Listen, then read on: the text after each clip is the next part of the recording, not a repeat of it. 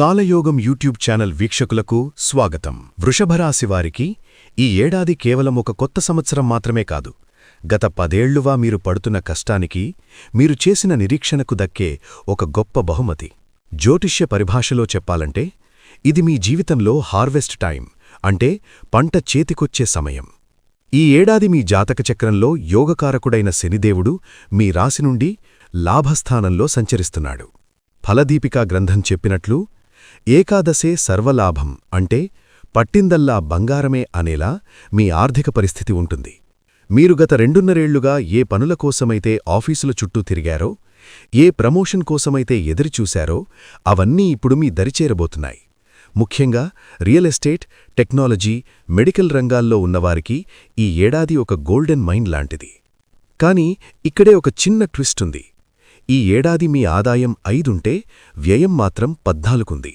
అంటే మీ సంపాదన పెరుగుతుంది, కాని ఖర్చులు అంతకంటే వేగంగా దూసుకొస్తాయి.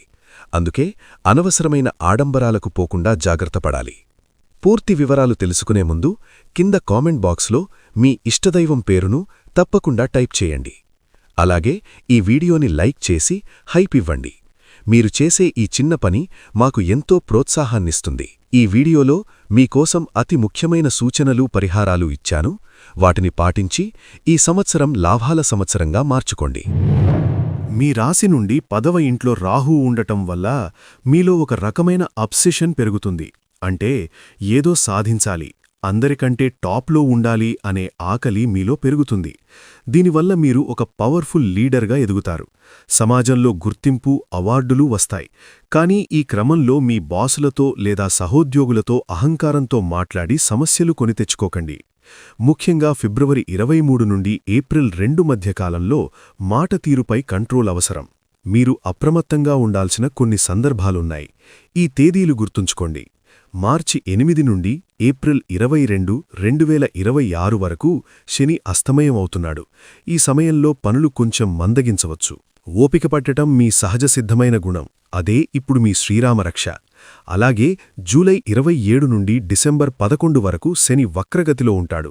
ఈ సమయంలో రిలేషన్షిప్స్లో చిన్న చిన్న గొడవలు రావచ్చు. సెప్టెంబర్ మరియు అక్టోబర్ నెలల్లో ఎవరికీ అప్పులివ్వవద్దు, ఎందుకంటే ఆ డబ్బు మళ్లీ తిరిగి రావడం కష్టమనే సమాచారముంది. ఆరోగ్యం విషయంలో ఈ ఏడాది ఒక హెచ్చరిక ఉంది. పని ఒత్తిడి వల్ల మీరు స్ట్రెస్ ఈటింగ్, అంటే తెలియకుండానే అతిగా తినే ప్రమాదముంది. దీనివల్ల థైరాయిడ్ లేదా జీర్ణ సంబంధిత సమస్యలు రావచ్చు.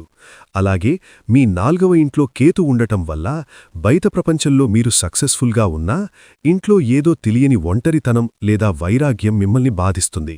అందుకే ప్రతిరోజూ కాసేపు మెడిటేషన్ చేయడం అలవాటు చేసుకోండి. ఈ సంవత్సరంలో అడ్డంకులు తొలగాలంటే కొన్ని సరళమైన పరిహారాలు సూచిస్తున్నాను, తప్పకుండా ఆచరించండి. 1. ప్రతి శనివారం మద్యం సేవించకండి మరియు మాంసానికి దూరంగా ఉండాలి.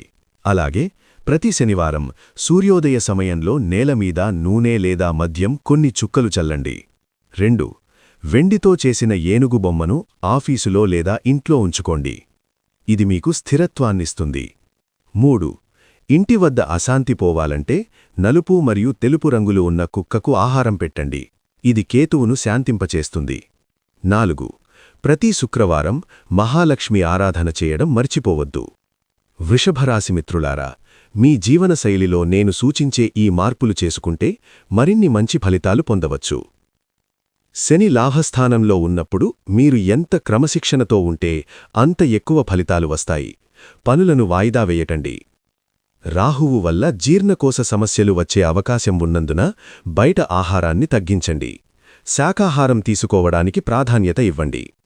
కేతువు ఇచ్చే మానసిక ఆందోళనను తగ్గించుకోవడానికి ప్రతిరోజూ ఉదయం 15 నిమిషాల పాటు ధ్యానం చేయండి.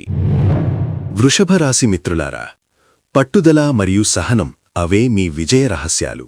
ఈ పరాభవనామ సంవత్సరం మీకు గతాన్ని మరిపించేంత గొప్ప ఫలితాలనిస్తుందనడంలో సందేహం లేదు. ధైర్యంగా ముందుకు సాగండి.